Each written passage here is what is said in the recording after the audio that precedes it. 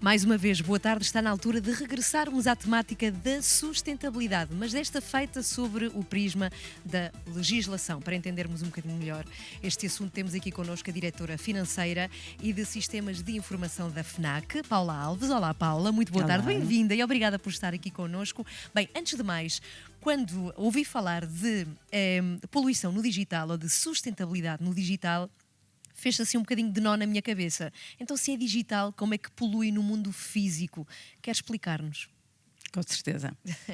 Então, há uma primeira camada que se calhar é mais impactante, é que com o digital temos aqui uma série de processos informáticos que carecem de máquinas, de servidores, de data centers para serem processados. Muito do que é feito com a inteligência artificial exige a manipulação de grandes quantidades de dados. A própria criptomoeda, toda ela super digital, não é? Também consome imensa capacidade de máquinas, e estas máquinas estima-se que consomem 5 a 9% da eletricidade que necessitamos de produzir. E, portanto, para a produção dessa eletricidade há aqui uma pegada carbónica que é deixada para trás. Isto por um lado.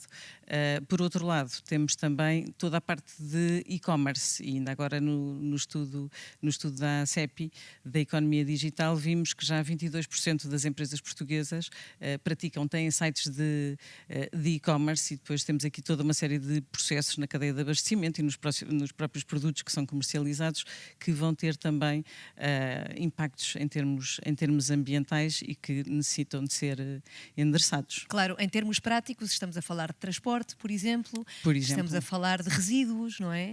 Quando se compram materiais novos, também é muito por aí, e dos não próprios dos servidores também. Depois os servidores, quando se tornam obsoletos, o que é que se faz com as peças, o lixo que é gerado por aí, e portanto a União Europeia está a endereçar todos esses temas de como lidar não só com a produção de dióxido de carbono para a produção de eletricidade, como depois reduzir o lixo no final da cadeia. Portanto, ao mesmo tempo que estamos a criar aqui uma série de soluções ótimas para as nossas vidas, também estamos a criar aqui uma série de problemas para o meio ambiente que de facto é preciso vigiar. E vamos precisamente a isso, Paula.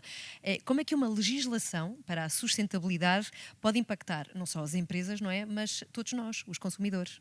Pronto, se falarmos aqui um bocadinho na parte do e-commerce, que é onde a ACEPI também tem aqui uma representação junto do e-commerce Europe e, portanto, junto dos reguladores na União Europeia, tem-se falado muito sobre, nos sites de e-commerce, se dar mais informação sobre os produtos, sobre a reparabilidade dos produtos, sobre a duração, quanto tempo é que vão durar.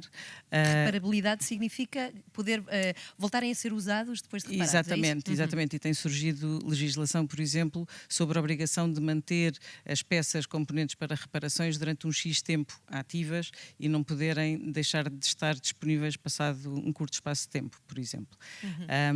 Portanto, tem surgido aí, tem surgido também, até particularmente mais na área da alimentação, as embalagens mais que elas próprias possam ser consumidas. No outro dia havia tipo umas cápsulas de café que são só umas bolinhas que se colocam na máquina de café e não carecem de embalagem à volta. Por exemplo, a própria embalagem é consumida no processo. É própria para consumo humano, por exemplo. E já agora percebemos de que forma é que pode impactar esta legislação para a sustentabilidade, mas de que medidas é que estamos a falar? Em termos práticos, que medidas é que podem aparecer nesta área? A União Europeia, por exemplo, fez um Green Deal em 2019 com o grande objetivo de que a Europa seja o primeiro continente neutro em carbono em 2050. E na sequência disso tem produzido várias sugestões de regulamentação e que tem muito a ver justamente com uma melhor utilização dos data centers. Portanto, tem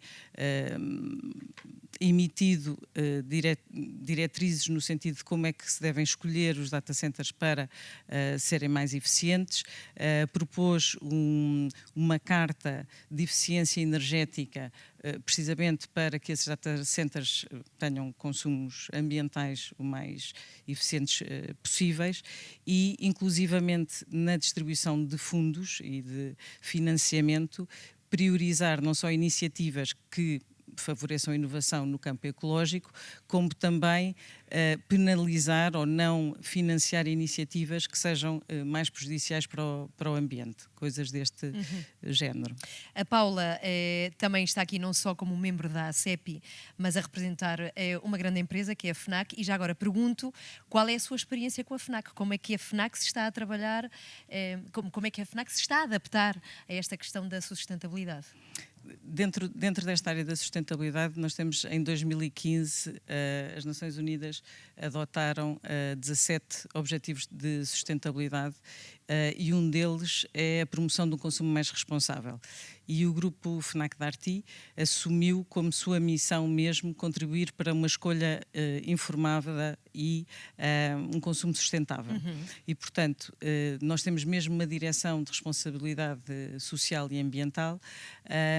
Todos os anos produzimos todo um relatório extensíssimo sobre tudo o que estamos a fazer para minimizar a nossa pegada carbónica, mas se calhar destacaria aqui dois ou três exemplos. Um deles é, de facto, de forma proativa, nós temos um laboratório FNAC em França que testa os produtos e, portanto, recomendamos aqueles que duram mais no tempo e que são mais reparáveis.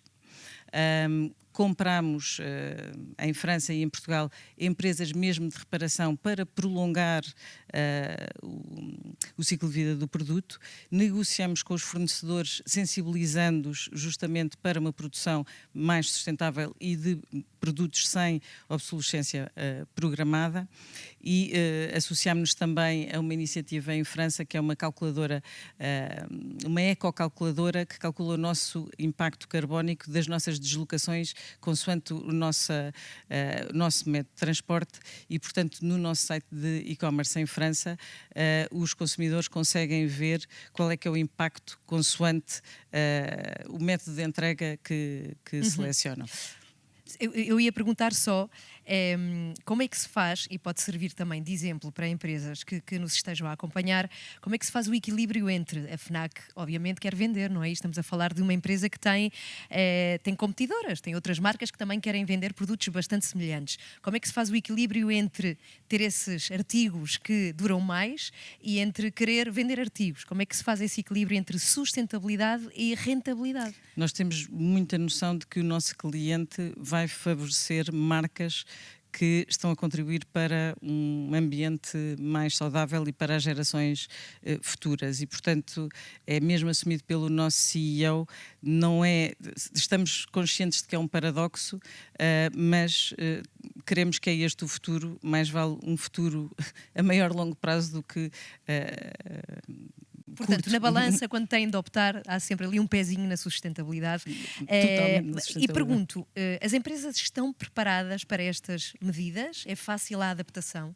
Não diria que é fácil a adaptação, acho que o grupo FNAC Darty está numa posição privilegiada e daí que a ACEPI tenha esta representação junto da União Europeia para mitigar os impactos financeiros e administrativos que muitas destas medidas acarretam e até dar força negocial junto dos fornecedores para adotar estas práticas mais sustentáveis. E já agora pergunto-lhe, falamos de que medidas podemos esperar, já nos deu algumas luzes aqui, Paula, mas há dados sobre datas, sobre prazos, isso existe?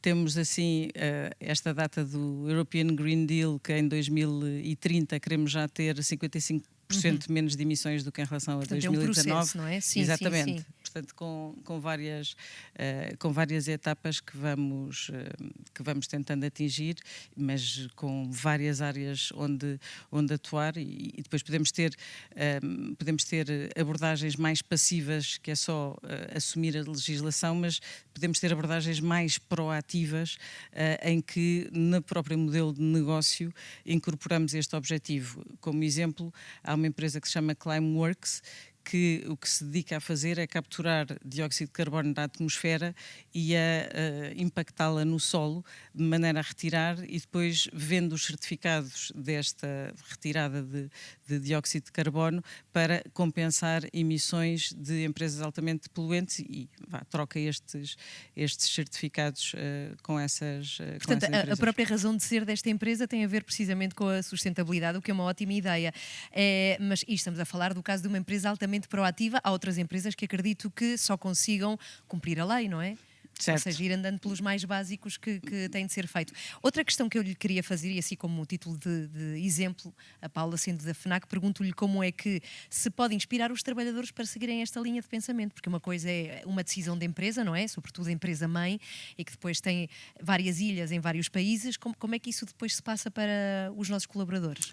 Há coisas muito simples, como uma ação que nós fizemos, que foi dar garrafas de água de vidro a todos os colaboradores, com uma manguinha com o seu nome personalizado, de forma a não terem que gastar garrafas de plástico todos os dias. Há essas práticas. Por exemplo, falávamos da ecocalculadora ainda agora, consome-se 70% menos dióxido de carbono a ir buscar as encomendas do e-commerce numa loja do que se mandar entregar numa morada. E, portanto, há estes pequeninos passos, há a questão de apagar a luz sempre que se sai de uma sala que não esteja a ser utilizada. Portanto, há pequeninos passos.